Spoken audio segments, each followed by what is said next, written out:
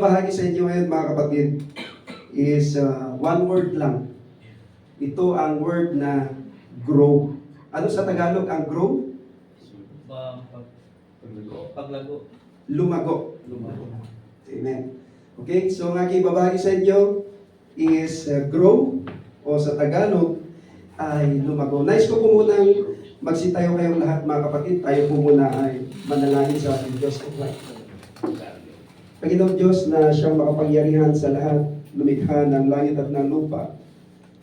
Kami po ay nagpapasalamat muli sa ibinibigay mo sa amin na pagkakataon, opportunity, privilege na magamit sa iyong banal na gawain. Maraming salamat Panginoon, gaya ng mga panalangin kanina, shield this place, nawa yung mga lumalabas na mga sounds sa lugar na ito, Panginoon, maging isang mabuting samyo sa mga nakikinig, Panginoon. Nawa, ma-extend po yung blessings sa kanila, Panginoon Diyos. Ikaw po ang siyang maihayag, ikaw po ang siyang makita sa mga sandaling ito, Panginoon. Nawa, ang mensahe ito makatulong po sa bawat isa, lalong-lalo na po yung aking ibabahagi na lumago. Nawa, lumago po ang bawat isa, Panginoon Diyos, sa labas man o sa loob ng iyong iglesia. Maraming salamat, Panginoong Diyos, sa pagkikibisan ng iyong banal na Espiritu. Ito ay laging fresh sa amin sa araw-araw. At lahat ng ito ay dinadalangin namin sa iyong bugtungan at namin, Panginoon, at tagapagligtas. In the name of Jesus, lahat ng mga anak ng Diyos ay magwika ng Amen! Maaari na po tayong makaupo, kapatid. Okay, inuulit ko po yung ibabahagi ko sa inyo, isang word lang, which is grow o lumago. At ito ay napaka-importante sa isang Kristiyano, yung mag-grow o lumago. Amen? Amen.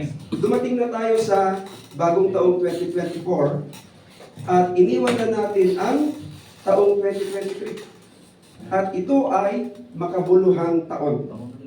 Eventful year. Dahil ito ay punong-puno ng pangyayari at makasaysayan ito para sa atin. Amen? Amen. Ang nakaraang taon ay isang challenging year para sa atin lahat. May mga kapatiran pa nga tayong namatayan ng kanilang mahal sa buhay at yan ay hindi madali. Lalo na tayo ay nasa abroad. May bisita pa tayo dati na dumalo at siya ay namatayan ng kanyang anak at umiiyak noong habang ipinag-pray natin siya.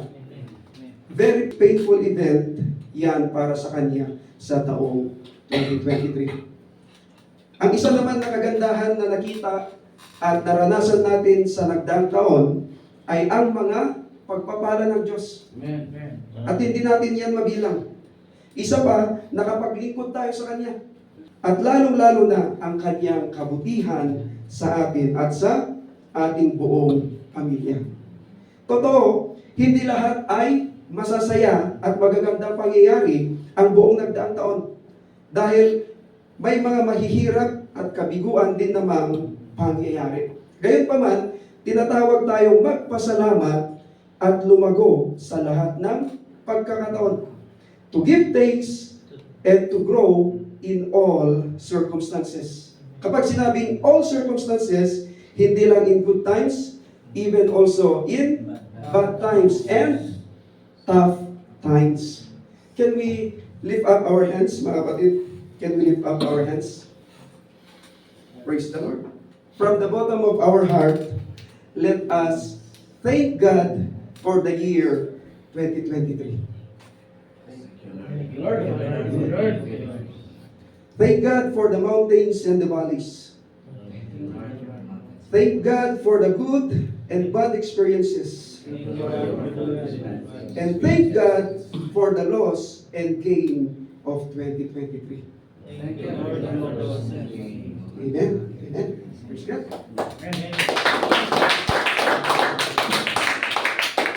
Nakahanda na ba tayo sa pagpasok o pagtanggap ng bagong taon na ito? Amen. At maaaring ipagpatuloy ang ating magandang nasimulan noong nakaraang taon at mas lalong pagbubutihin pa, mag-improve pa, mag-mature pa at mag-grow pa sa ating spiritual na buhay. Amen? Amen. Sa mga failures naman natin sa nagdaang taon, ay maaari tayong magsimula ulit ng fresh start. A new beginning, masagana at magandang pasimula kay Yesu Cristo. At huwag nang ulitin pa ang mga failures natin dati. Maaari maulit, sabi kanina ng ating Bible study, pero huwag yung paulit-ulit. Amen? Amen. Gaya na aking babahagi sa inyo ngayon mga kapatid, grow o lumago. And God wants His people to grow, to improve, to progress from year to year. Are you a growing Christian? Amen. Are we a growing Christians? Amen. Let me ask you this question, kabilang ako. How was your spiritual condition in 2023? Kumusta ang iyong spiritual na kalagayan noong 2023? Masasabi mo bang excellent? Means you're doing great? Masasabi mo bang good? Means you're doing well? Masasabi mo bang fair? Means you're doing okay? Or masasabi mo bang poor? Means failure and need some awakening? Okay, ang unang bahagi natin mga kapatid, tignan ang ating Panginoong Hesukristo. In Luke chapter 2 verse 52, it says, "And Jesus grew in wisdom and stature, and in favor with God and men." Sa Tagalog, lumago si Jesus sa karunungan, sa pangangatawan, at naging kalugod-lugod sa Diyos at sa mga tao. Ang Panginoong Jesus ay nagkatawang tao at nakitulad sa mga tao. Sinasabi ng ating binasa na ang Panginoong Jesus ay lumago sa karunungan at sa pangangatawan. Sa katunayan, ipinanganak siya ni Maria sa pamamagitan ng banal na Espiritu. At sa ikawalong araw, siya ay tinuli. Luke chapter 2 verse 21. On the 8th day, when it was time to circumcise the child, he was named Jesus, the name the angel had given him before he was conceived. At nang siya ay nasa edad na 12 years old pa lang, ay nakikinig at nagtatanong na siya sa mga rabbi o sa mga tagapagturo sa templo. Tingnan natin sa Luke chapter 2 verse 42, and babasahin ko rin po yung verses 46 to 47. 42. And when he was 12 years old, they went up to Jerusalem according to the custom of the feast. 46. Now, so it was that after 3 days, they found him in the temple, sitting in the midst of the teachers, both listening to them and asking them questions. And all who heard him were astonished at his understanding and answers. Kahit 12 years old pa lang ang ating Panginoong Jesus ng panahong yan, ang lahat ng nakikinig sa Kanya ay namangha sa Kanyang katalinuhan at sa Kanyang mga sagot doon sa mga tagapagturo sa templo. Kumbaga, nakikipagtalakayan siya sa kanila. Hindi lamang siya lumago physically, kundi sa karunungan. At siya ay nagpasimulang mag-ministry at magturo dito sa lupa sa edad na 30. Amen? Luke chapter 3 verse 23. Now Jesus himself was about 30 years old when he began his ministry. According to the Bible scholars, ang kabuang haba ng ministeryo ng Panginoong Jesus noong andito siya sa lupa is, it was approximately 3.5 years bago siya bumalik sa langit. Ang bilis lang, no? Mahigit kumulang 3.5 years na nagministry ang ating Panginoong Jesus dito sa lupa bago siya bumalik sa langit. Nasa edad lamang siya ng 33 kung ganon nang ipako siya sa krus. Sa buong buhay niya ay lumago. Mentally, physically, spiritually, and socially. Kung pag-aaralan talaga natin yung binasa ko kanina sa Luke chapter 2 verse 52. Anong sabi ulit doon? And Jesus grew in wisdom, mental, and stature, physical, and in favor with God, spiritual, and in favor with man, social. Tulad din natin bilang mga tao na nagmamature mentally, physically, spiritually, and socially. Ngayon, baka iniisip nyo, ang Diyos ba ay nagmamature? Ang Diyos ba ay nag-grow? Dahil ang Panginoong Hesus ay Diyos at kabilang siya sa Godhead. Amen? Amen. Mali ang kanyang kaisipan. Dahil ang Diyos ay hindi lumalago at hindi rin lumiliit ang Diyos sa kanyang kapangyarihan o kakayahan. Siya sa kanyang kalagayan ay hindi nagbabago.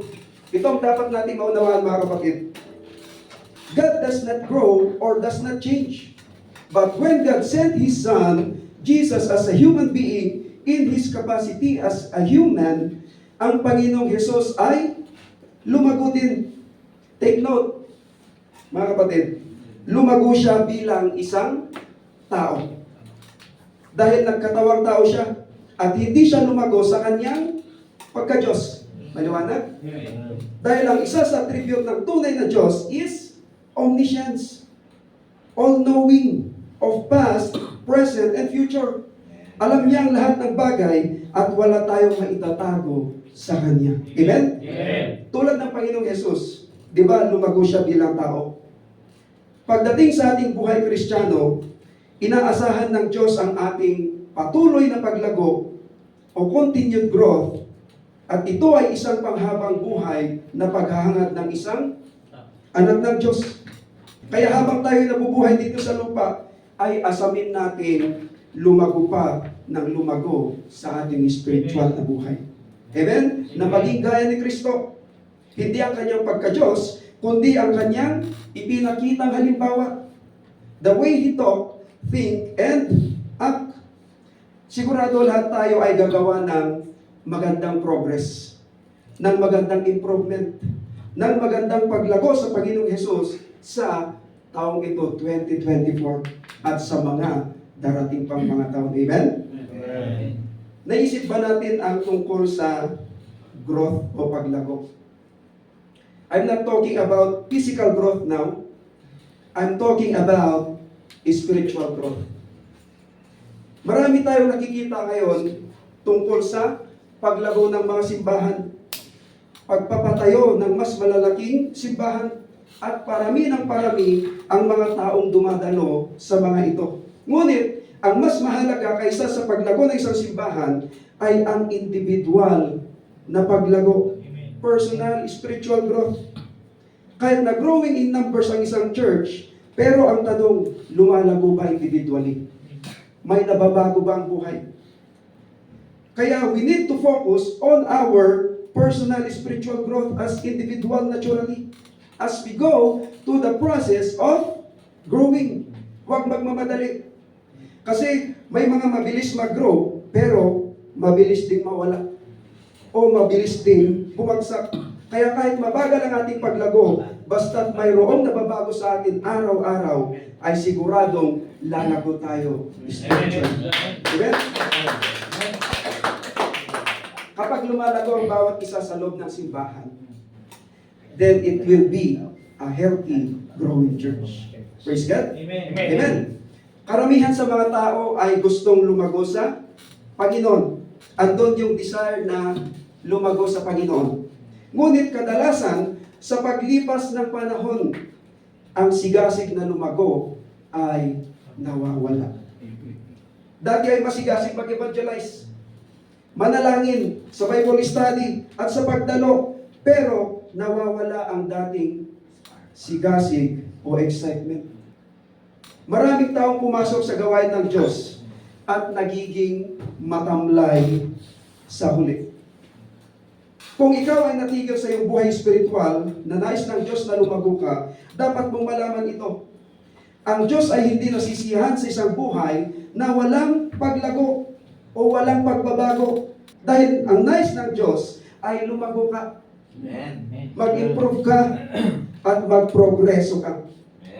Ito din minsan ang problema sa mga matatagal ng Kristiyano. Akala nila matured na sila at hindi na nila kailangan ang paglago o progreso. Hindi na nila ito masyadong binibigyan ng atensyon. Gaya ng nabanggit ko kanina, na inaasahan ng Diyos ang ating patuloy na paglago, continued growth.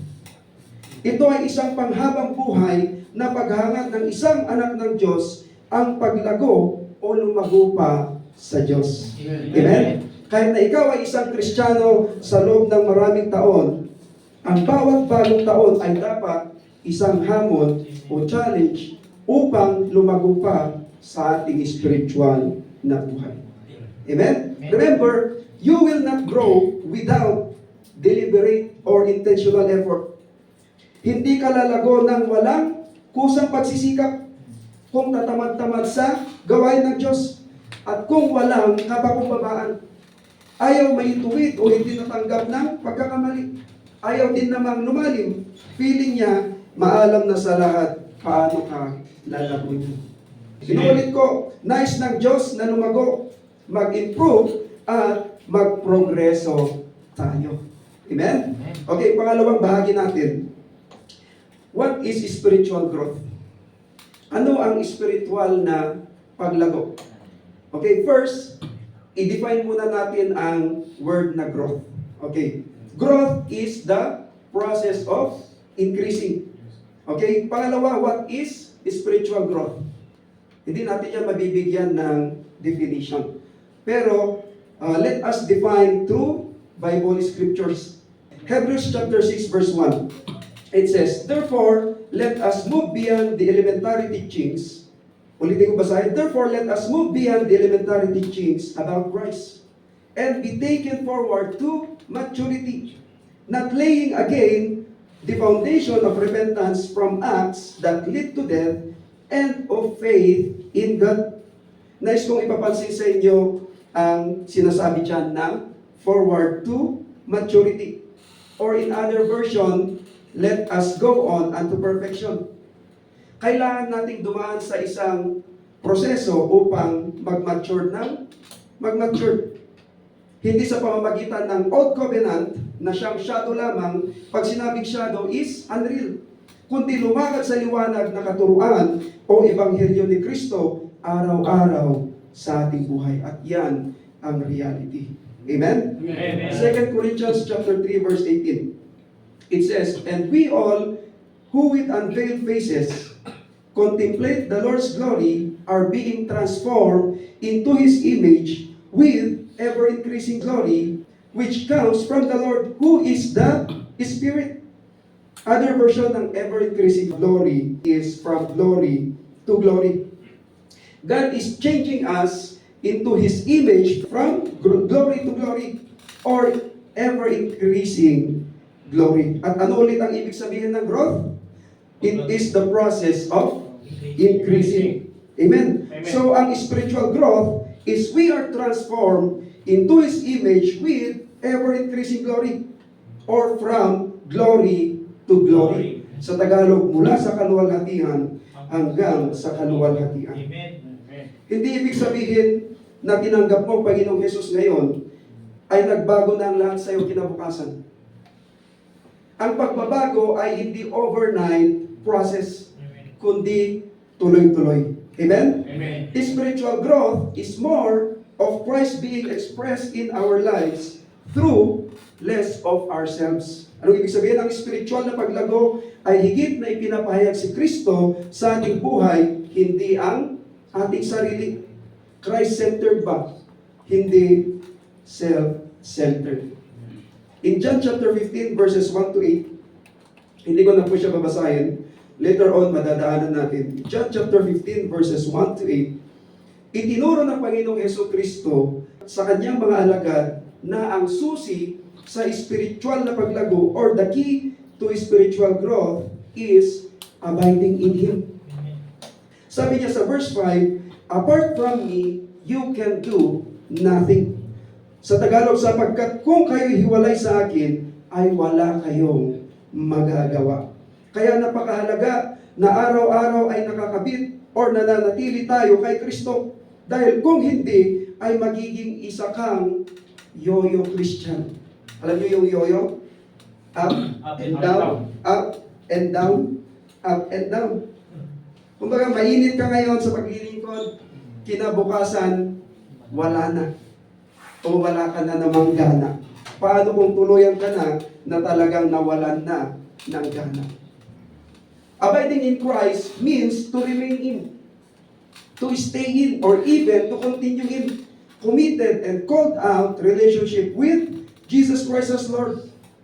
Tinawag ka na makipagrelasyon kay Jesucristo bilang iyong Panginoon.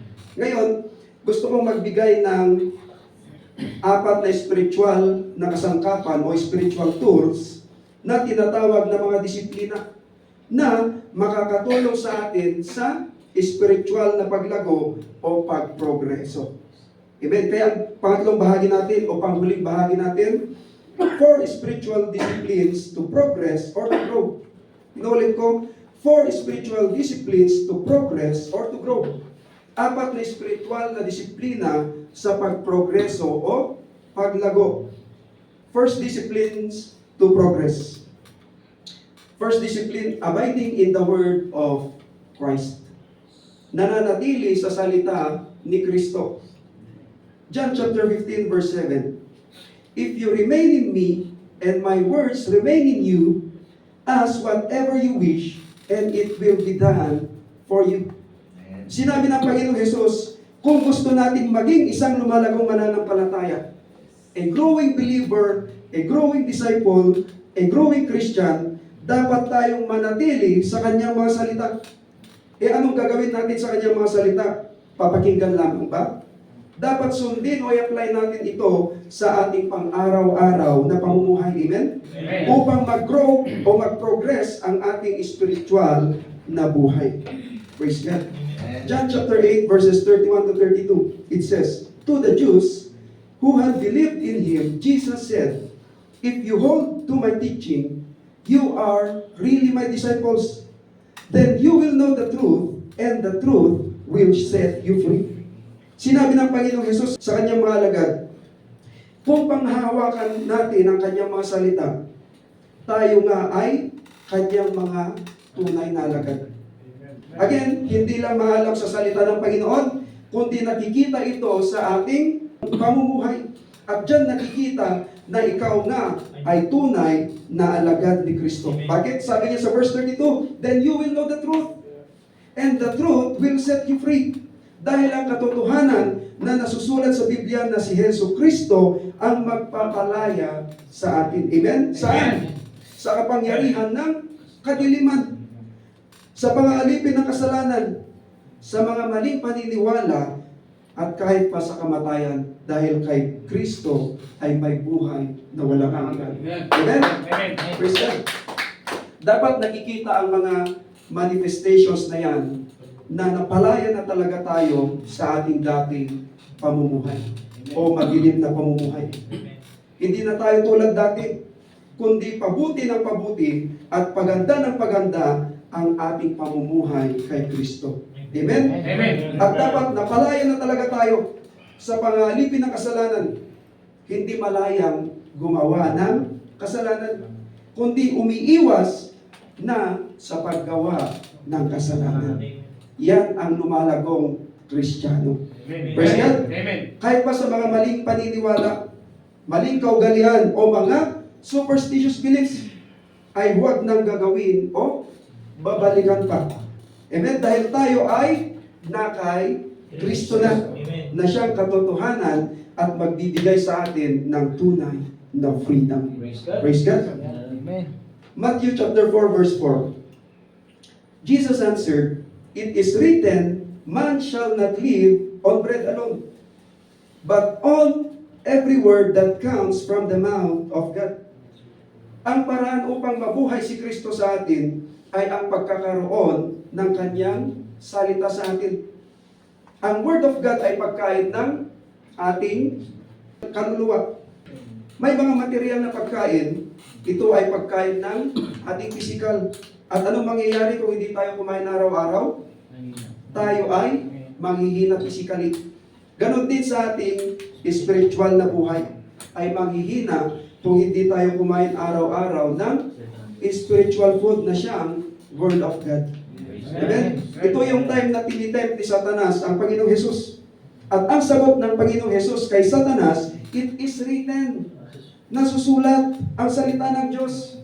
Man shall not live on bread alone, but on every word that comes from the mouth of God. Kaya napakahalagang malaman natin ang Word of God at may apply natin ito sa ating buhay dahil ito'y sandata natin sa mga temptations or trials ng buhay. Mahalaga sa taong pagkain dahil ito ay nagbibigay sa atin ng lakas, kalusugan at ng buhay. Kaya kailangan na kumain araw-araw ang taong para lumakas at para maging maliwanag ang kanyang isipan. Ganon din sa ating spiritual na buhay upang hindi tayo mananatili as baby Christian, kundi mag-grow or mag-mature Christian na. Amen. Praise the Lord. Amen. Romans chapter 10 verse 17. Consequently, faith comes from hearing the message, and the message is heard through the word about Christ. Ang pananampalataya kay Kristo ay nanggagaling sa pakikinig ng salita ng Diyos. Kaya napakahalaga rin na makinig ng makinig sa salita ng Diyos upang mapakain natin ang ating kaluluwa. Amen? Amen. Okay, maraming paraan kung paano natin matanggap ang salita ng Diyos. Una is listening to the Word of God. Katulad ng ginagawa natin ngayon. Pangalawa, reading the Word of God. O yung tinatawag na daily devotion or quiet time with God. Sino yung mayroong ganyan, mga kapatid? Pangatlo, studying the Word of God o personal study. Pang-apat, joining Bible study o ito yung tinatawag na group study. And of course, applying the Word of God in our lives. Diyan makikita kung ikaw ay matured Christian or hindi matured Christian. Amen. Psalm chapter 119 verse 11, it says, I have hidden your word in my heart that I might not sin against you. Ano ang mangyayari kapag in-apply natin ang salita ng Diyos sa ating buhay? Tayo ay magmamature and rooted in Christ. At ito ang sikreto upang maiwasan natin ang magkasala. Dahil papaalalahanan tayo ng Word of God kapag ito'y nasa ating puso. Hindi yung papakinggan mo lang, lalabas sa kabilang tainga. Mahal mo ba talaga ang salita ng Diyos? Amen. Binabasa mo ba ito o pinag-aaralan? Amen. Parang humina. Amen. Amen? Isinasabuhay mo ba ito? Amen. Amen? Sinusunod mo ba ang salita ng Diyos? Amen. Tandaan mga kapatid, ang pananatili sa salita ng Diyos ay nangangahulugang ipinapamuhay natin ang mga ito. Gaya ng pagbabasa din natin sa salita ng Diyos. Amen? Amen. Praise God. At ang salita ng Diyos ay may kapangyarihang baguhin ang ating buhay. Ang mga teachings ng Biblia ay pati ang ating pag-iisip ay mababago, liliwanag at bubuti. Ang salita ng Diyos ay nagbibigay sa atin na lumago o mag-progress sa ating spiritual na buhay. Amen? Praise God. Number 2, spiritual disciplines to progress. Number 2, praying in faith. Nananalangin ng may pananampalataya. John chapter 15 verse 7. If you remain in me, and my words remain in you, ask whatever you wish, and it will be done for you. Sinabi ng Panginoong Jesus, ask whatever you wish. Ask whatever you pray, and it will be done for you. Ang isa pang mahalagang disiplina na kailangan para sa paglago ng Kristiyano ay ang pananalangin ng may pananampalataya. May mga nananalangin kasi, pagkatapos manalangin, ay nagdududa kung kaya bang gawin ng Diyos ang kanyang mga panalangin. Ang isang lumalagong Kristiyano ay dapat magkaroon o gumawa at ma-maintain ang isang pamumuhay ng panalangin. And what is prayer? Basic. Praise God. Prayer is communion with God, pakikipag-isa. Prayer, communication with God, pakikipag-usap. And prayer, practice of the presence of God. Pagsasanay kung gustong-gusto natin ang presensya ng Diyos. At sa ating prayer ay hindi lamang sa ating sarili, kundi dapat ito ay lumalawak. Kung dati puro sarili natin ang ating ipinapanalangin, ay dapat kabilang na dyan ang ating pamilya, kaibigan, kapatiran, pati pastor nyo, ipanalangin nyo. Sinong nananalangin sa akin dito? Amen. Praise the Lord. Praise the Lord. Kabilang yung mga prospect nyo na madadala sa gawain ng Diyos. Pati kaaway natin, ipag-pray natin. Dahil sinabi yan ng Panginoong Jesus, Matthew chapter 5, verse 44. Pero yung panalangin na ikabubuti niya, baka mamaya, Lord, kunin mo na siya. Buti kung Lord pa, sasabihin ko, ano po? Praise the Lord. Prayer must become a part of our lifestyle if we are a growing, maturing, and progressing Christian. Kaya, yung malagong Kristiyano ay mapanalanginin sa lahat ng kanyang kalagayan. Amen? Okay, number 3, spiritual disciplines to progress. Number 3, fellowshipping with believers. Pakikisama sa mga kapatiran. Okay, i-define muna natin ang fellowshipping. Okay, fellowshipping refers to that special relationship we share with other believers. All true Christians have a fellowship, a true partnership with other believers. Walang tinatawag na solo Christian. Kaya kung saan ka man naroroon, ay hahanap ka talaga ng isang fellowship or gawain ng Diyos. Sino sa atin dito ang laging excited na makita at makasama sa fellowship ang mga kapatiran? Amen? Dapat habang tumatagal ay mas lalong tumitibay, tumatatag, sumasarap ang ating pagsasama-sama dahil tayo ay, ano yung nakalagay sa ating doon sa labas, sa wall? We are one family in Christ. We are family. Amen? Many times na sinasabi ng Panginoong Hesukristo, love one another as I love you. Kaya kung tayo ay growing Christian, ay magagawa nating mahalin ang isa't isa kahit ano pa man ang depekto na nakikita natin sa bawat isa. At ang Panginoong Hesus mismo ang nagbigay sa atin ang halimbawa ng totoong pagmamahal sa kapatiran at sa kapwa. If you are a growing Christian, ay hahanap-hanapin mo talaga ang fellowship sa loob man o sa labas ng church, kahit pa sa virtual. Amen? Amen. There are benefits or blessings of fellowship. First is, we encourage one another. Nagpapalakasan sa bawat isa at upang manatiling tapat. Amen? Number 2, comfort in tribulation. Nako-comfort natin ang bawat isa, lalo na sa mga nanulungkot o may mga pinagdadaanan. Number 3, we will grow in maturity. Habang tumatagal tayo sa fellowship, ay lumalago tayo sa lahat ng aspeto ng ating buhay. Number 4, we will grow in ministry.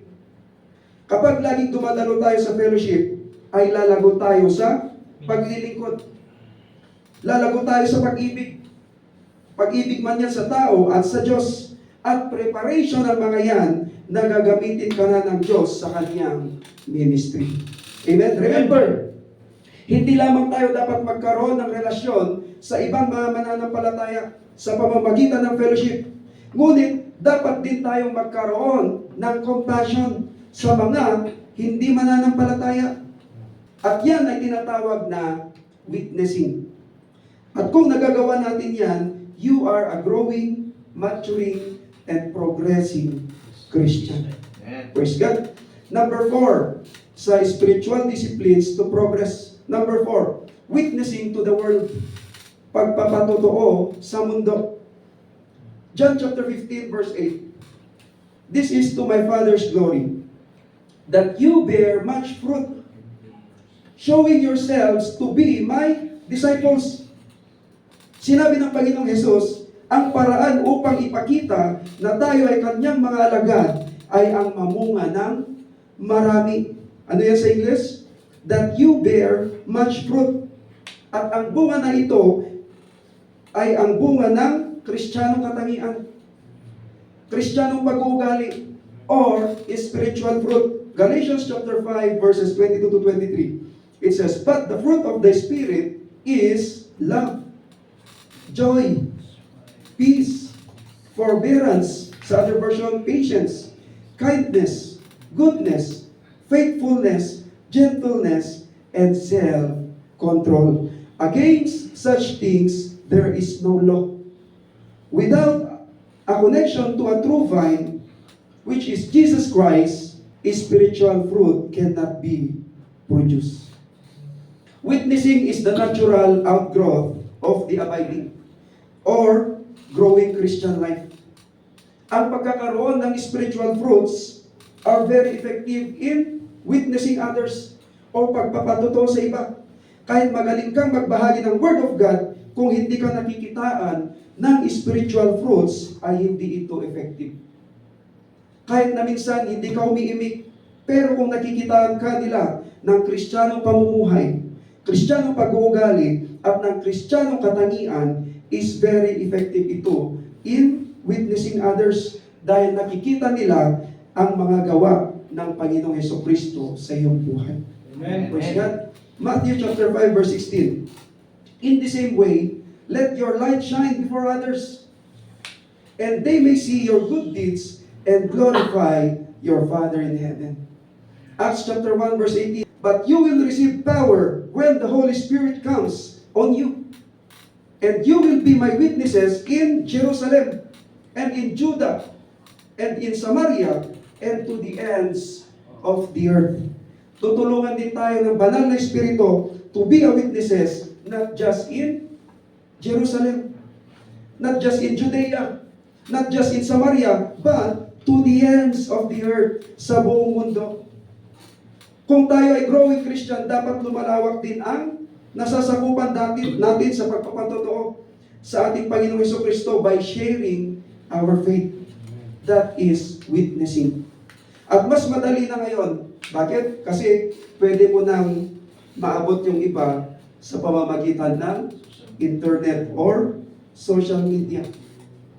Sa ating pagtatapos, mga kapatid, sa wakas, dumating na tayo sa dulo ng message. At nawa patuloy pa rin tayong lumago, mag-mature, at mag-progress sa ating spiritual na buhay at sa ating paglilingkod. Amen? Amen. Kung napapansin ninyo, or kung napansin nyo, ang unang dalawang spiritual discipline na aking ibinahagi ay tumutukoy sa ating relationship to God. That relationship is represented by a vertical relationship. First, spiritual discipline is abiding in the Word of Christ. God speaks to us. Second, spiritual discipline is praying in the faith. We speak to God. At ang huling dalawang spiritual discipline ay tumutukoy sa ating relationship to fellow man. Ano ang mga ito? Fellowshipping with believers and witnessing to the world.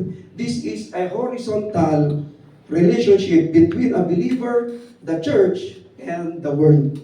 Dapat mag-grow tayo in both vertical and horizontal relationships. Amen? Amen. Kung tunay nating ninanais na magkaroon ng mas malapit, mas lumalagong relationship with Christ, ay pag-aralan at isabuhay ang mga 4 spiritual disciplines na iyong napakinggan. Amen. Praise God. Sa bagong taon na ito, mga kapatid, pwede ba na gumawa tayo ng kahit konting changes sa ating mga daily routine? Katulad ng pagbabasa ng Word of God. Amen. Amen. Amen? Kahit 1 verse a day lang muna. O magsagawa ng plan sa pagbabasa at mag-pray. Amen. Mga kapatid, mas maganda na magkaroon ka ng prayer partner. Sa mga married, okay? Sa mga married, ay mas maganda na yung asawa mo ang prayer partner mo. Then mag-agree kayo araw-araw kung ano ang mga prayer request ninyo. Di ba ang ganda? Sa mga single naman, ay pwede kayong pumili. Praise the Lord. No? May mga single talaga dito. No? Praise the Lord.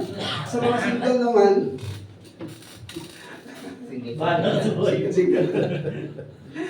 Amen. Praise God. Sa mga single naman, ay pwede kayong pumili sa ating mga kapatiran o sa mga kapamilya mo sa Pilipinas. Yung kapatid mo mismo, magulang mo, anak mo, mentor mo kung meron, o kaibigan mo. Napagaganda yung meron kang prayer partner, mga kapatid. And mag-agree kayo kung anong oras, ano yung mga dapat yung ipanalangin, then saka kayo manalangin, even po via virtual. Napakaganda nun, mga kapatid. Lalago tayo sa prayer life. Amen? Can we lift up our hands again, mga kapatid? Can we lift up our hands again?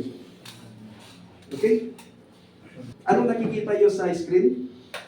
This year will be a year of victory. Wait. Okay? Can we declare this in our lives? Ay, sabay-sabay nating basahin at isigaw simula sa This year will be a year of victory. This year will be a year of progress. This year will be a year of breakthrough. This year will be a fruitful year. This year will be a year of restoration. This year will be a year of new opportunities. Praise God! Amen! Hallelujah! Lagi nating tandaan, mga kapatid, God wants us to grow, to improve, to prosper, and to progress from year to year. Nais ko muna magsitayo tayo lahat, mga kapatid, at patuloy nating pasalamatan, patuloy nating papurihan ang ating Diyos na buhay sa Kanyang kabutihan. Ano ba yung mga pangyayari sa iyong buhay sa mga nagdaang taon? Maraming masasaya, malulungkot, mapapait, hindi magaganda. Meron din namang blessings, meron din namang mga breakthrough, katagumpayan. This time, mga kapatid, let us continue to give thanks to the Lord, to praise Him on what He has done. Salamat, Panginoon. Napakabuti mo po sa buhay ng bawat isa sa amin. Wala po kaming ibang masasambit, kundi maraming salamat sa iyo, aming Panginoon. Una, binigyan mo po kami ng pagkakataon. Hinango mo kami sa putik. Hinugasan mo kami, Panginoon.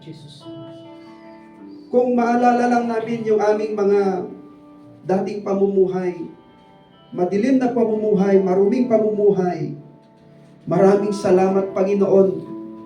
Iniahon mo po kami doon. Salamat, Panginoon, sa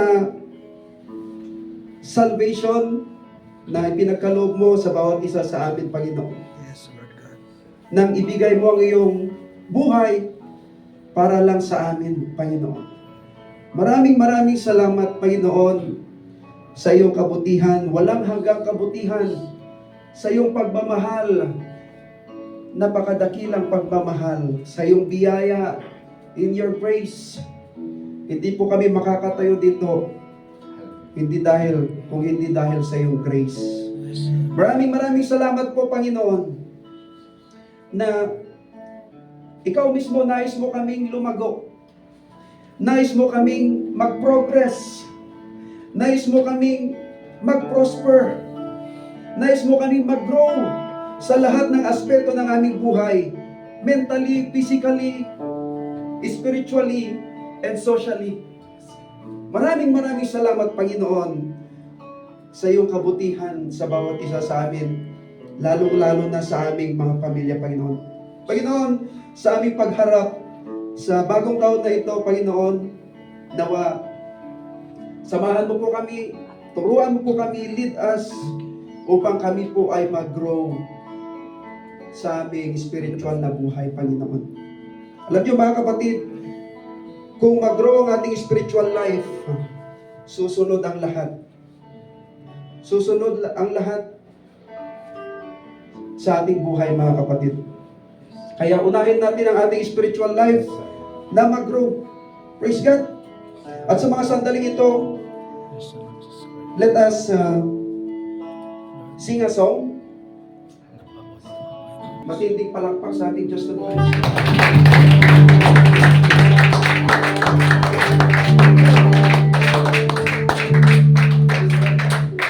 Akin pong ibinabalik sa ating guwapong presider. Amen. God, hallelujah. Amen. Bawi ito. Praise God!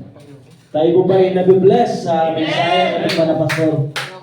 So, ang natin ngayon, ang pinaka-main na topic natin na binahagi natin mga pastor is about grow. Paglago bilang isang Kristiyano, mga kapatid, no? Sa buhay Kristiyano tayo, mga kapatid, yung gagawin natin na parang, ano yan? Parang abono ba? Para tayo'y bubunga at lalago din sa salita ng Panginoon is, sa presensya ng Panginoon is yung Word of God. Yung sinabi nga ni Pastor na magsimula tayo sa maliit hanggang lalaki yan. Yung pagbasa-basa muna tayo ng isang verse sa araw-araw, pagising natin, mga kapatid, di ba? Grow. Ano lang yan, isang word lang yan, pero malaking impact sa Panginoon yan, mga kapatid. Grow is becoming more like Jesus. Amen! Diba? Hindi natin alam, mga kapatid, sa araw-araw natin pagbasa sa salita ng Panginoon, isang buwan, 2 buwan, 3 buwan, hindi natin namalayan na nagbago na pala yung buhay natin. Di ba? Hindi natin alam na binago tayo sa salita ng Panginoon. Huwag tayo na, kung alam niyo yung kwento ng puno ng igus na ganun, mga kapatid, na sabi ng Panginoon na 3 taon na akong pumarito pero wala akong nakitang bunga. Putulin na kaya natin siya. Di ba? Huwag tayo papayag na ang tagal natin bilang isang Kristiyano, hindi tayo lalago. Wala tayong bunga. Papayag ba ikaw so putulin ka ng Panginoon? Na kasi walang bunga. Praise God, di ba? Ganun tayo pagsikapin natin, mga kapatid, na mag-grow tayo, bubunga tayo, huwag tayo papayag na para tayo ng puno ng igos, mga kapatid. Amen po ba? Amen! Praise God, hallelujah. Salamat po pa sa iyong magandang mensahe. Naway ibahagi din namin yan sa mga kapatiran namin na hindi nakapakinig sa mensahe mga Pas. Thank you so much, Pas, sa every Friday mong word of encouragement dahil tunay nga ikaw ang ginamit ng Panginoon. Hallelujah. Thank you. Thank you. Kaya pala blooming.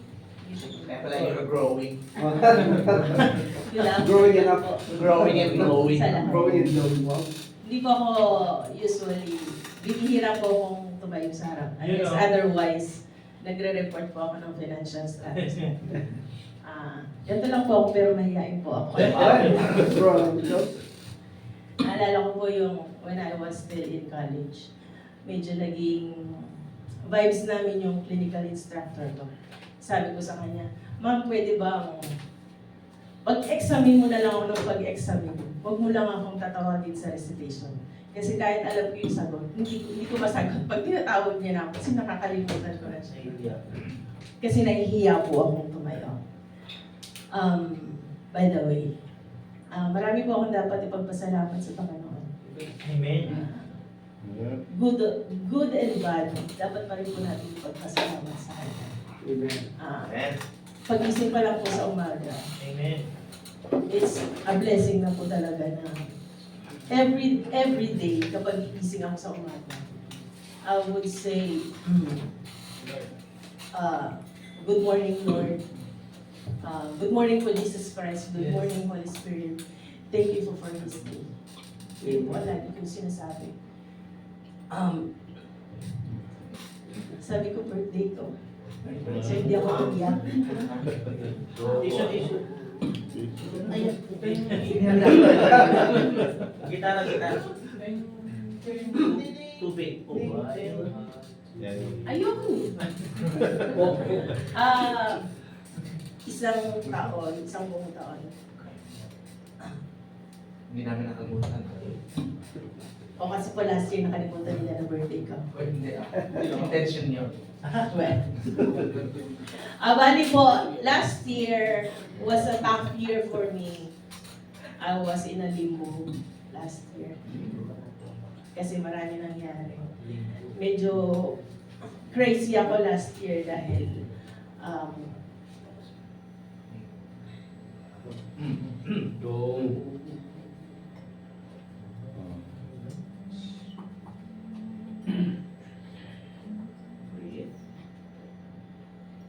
not all of you know na I was na-depress ako. Well, I was in the, ang hirap pala nung gano'n, no? You feel emptiness. Sobra. Na nagtatrabaho ka pero hindi mo alam, tumutuloy yung luha mo. Last year, yun nga si Rodel,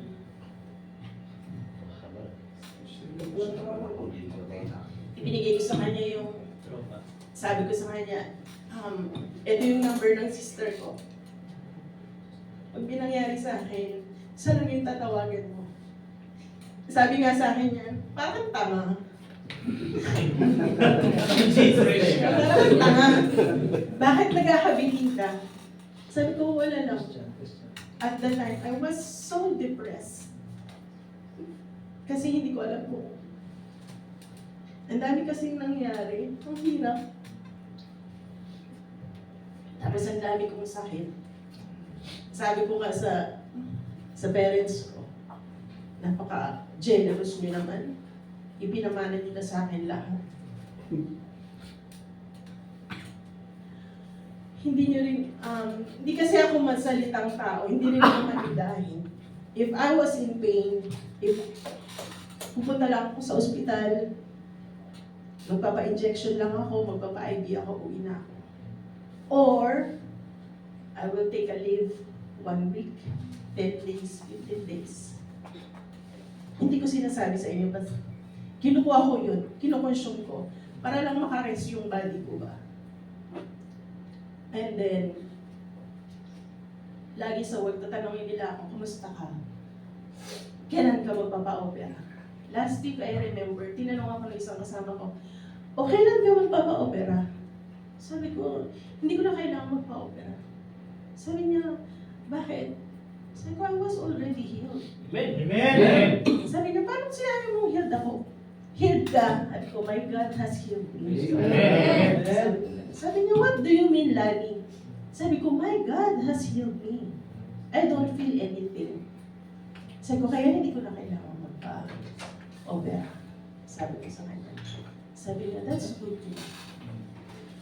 Sabi nga, I'm a child of God. Amen. Kaya patuloy akong maniniwala at magtitiwala sa kanyang kabutihan. Amen.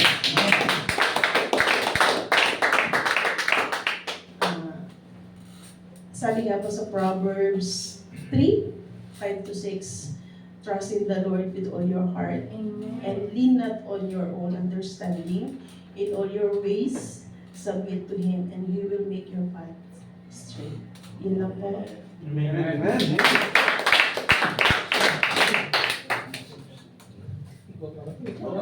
Praise God, Ate Lan. Thank you po sa iyong magandang testimony. Huwag mong kalimutan na andito rin yung Giselle family na handa rin na kahit anong mangyari. Huwag mo kasi yun sakit Huwag mo rin, kumbaga, huwag mo yung gawing solo ba. Kung may naramdaman ka, one call away, broken ako, malapit na tayo. May mga sasakyan, mga kapatiran mo. Kung ang iniwan mo kay Kuya Rodel ay number, ang sa akin Tim, tsaka Pastor lang.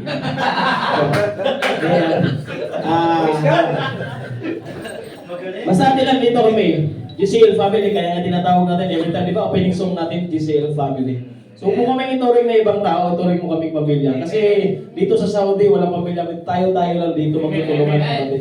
Hindi man siya financially, at least yung effort and time namin, di ba? Kung sa financially, alam mo na kung saan ka lalapit, lalayo ka pa ba? Katapi mo na yan. Praise God, thank you po, Adelan, ha? Oo pala. Praise Praise, God. God. May makilala natin. Ang ating bisita from Praise from Jensen, no? Capital of City ng Tuna. Tuna capital. Way, panata, pailaila, sa itong kagulingon, asata, binata ko bata, o si kumpanya to dito sa Saudi. Bala sila, kuha sila kasabog. Good afternoon, Jeno. Ako si Mervin Burgo, taga Jensan ko, 28 years old. I'm married and I have 2 daughters. Bago pa lang ko rin sa Saudi. Mga ano pa lang yun, mag 2 months pa lang. Oh! Amen. 2 months? Yeah, First time, 2 months pa lang. First time. Ito lang, pasalamat po ko sa ato ang buhay ng Diyos no, nga idala ko dyan rin ang lugar. Hindi ko nag-expect kaya actually si Kuya si Kuya always kami nakikita. Nakikita ko siya, tumatang wala ko. Kababayan lang. Tapos nagkita kami kahapon doon sa may bintahan ng chai. So parang hinintay niya sila Kuya dalawa eh. Tapos nagkausap kami, tapos sabi niya, oh, day off mo ba bukas? Baka bili ko magsimba. Sabi ko, oo, ba't naman hindi? So, parang ways talaga siya ng ano, sa ng ating Panginoon na dalhin ako dito. At saka, yun din yung isang goal ko eh, na makahanap din ng church.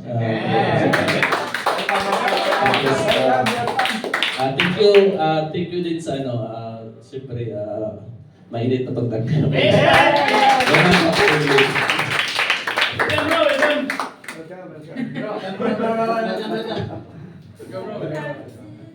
Mahigpit na yan bro!